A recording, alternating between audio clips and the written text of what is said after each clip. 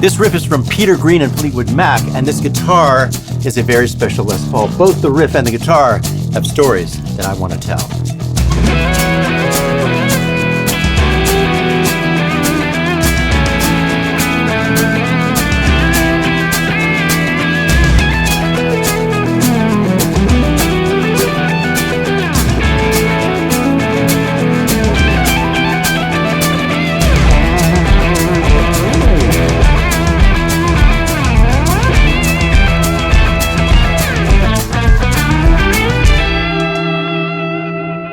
So the story behind this guitar, I was at Sweetwater at Gear Fest. It was sitting in a room, I picked it up, and it had this response that I didn't expect. And it played really great. You get excited and you think, is it really as good as I think? I went back the next day and it even sounded better and played great. I don't even know what amp I was playing through, but it really has a balance and you can really hear every note when you play a chord. I'll demonstrate that a little later. But another thing happens, when I bought it at Sweetwater, they were kind enough to give me another guitar to give to you. Got this Les Paul Studio and I picked out the best flame top of the bunch. And it also has the right weight. It's just under 8.5 pounds. This Murphy Lab that I got, the flames emerge sometimes. You can see them, then they go away in other lighting. This is the same way. It's got this beautiful flame that you see in just the right lighting. Let's get it. Oh, there it is. There it is. Oh, yeah. But definitely click that link and join the contest to win the guitar. But also there's a link below for the masterclass. We're up to 1,700 videos, 140 hours of content. There's a 14-day free trial and also a brand new beginner's course. So let's start with the bass pickup. I'm playing through my Park 45-100 amp, a very loud, clean amp with a lot of headroom. It breaks up nicely, but at a loud volume, and it's through my Marshall 412. It's not rocket science. There's nothing complex about what attracted me to this guitar. Simply put, I noticed a particularly good balance on the individual notes as they ring together in a chord.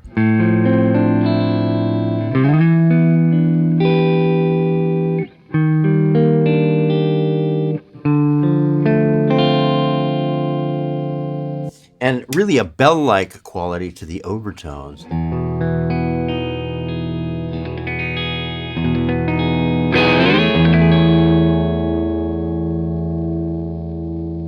And it's a guitar that plays in tune and seems to stay in tune. Oh, I've switched to the middle. Anyway, it makes me feel like I'm working on a cool 60s or 70s record, which makes me feel like I think I should. So now let's switch to the bridge pickup. I'm going to start really softly and gradually ramp it up.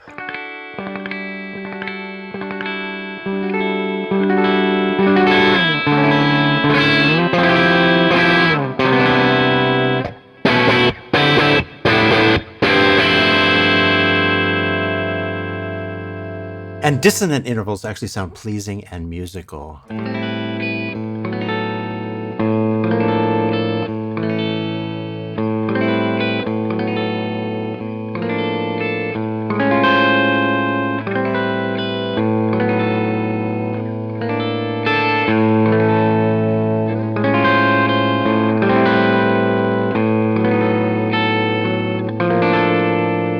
Step on the pedal and do the Peter Green riff. I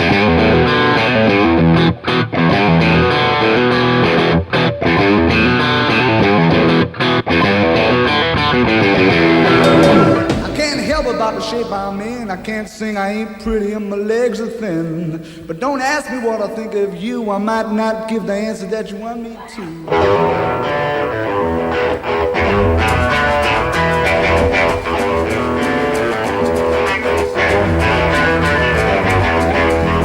So that was Peter Green in the band he founded called Fleetwood Mac. The reason he called it Fleetwood Mac is because he figured he wasn't going to be there that long. He liked to move around a lot, and he wanted Mick Fleetwood and John McVie to be in the strongest position to move forward and have a brand already. So Peter Green replaced Eric Clapton in John Mayall's band before forming Fleetwood Mac. And at that time, B.B. King heard him and said he had the sweetest tone. He was the only guy that made B.B. King break out into a cold sweat. Now, Peter was actually famous for his instrumentals. There was one instrumental that went to the top of the charts in the UK called Albatross. Another song that Peter Green wrote was Black Magic Woman, which Santana made their biggest hit, and I think it's maybe Carlos's most memorable performance. Now, Peter wrote that song by himself, and now in an era where there's 9 songwriters on each song, I think that's even more important. I've got a black magic woman. I've got a black magic woman. Yes, I got a black magic woman. She's got me so blind I can't see that she's a black magic woman and she's trying to make the devil out of me. So here is the Les Paul Studio Plus that I chose from Sweetwater's inventory to give away to you guys. Now, this top is somewhat three-dimensional, so it changes depending on view angle, which is my favorite scenario. The humbuckers are 490R and 498T, and they are coil split for versatility. Has a lightweight Nashville bridge, nitro finish. Moving to the neck, 60s slim taper, so it's easy to play. Has a plecked fretboard, so the frets are very smooth along the edges, and it plays in tune. Grover tuning keys, and I really like this edge where the top joins the body. You can't see it until you get right up next to it. Lastly, made in the USA. I actually borrowed some different chords from another song for this. It's I Can See for Miles by The Who. So I can go from E major, E natural minor to E Dorian back to E natural minor.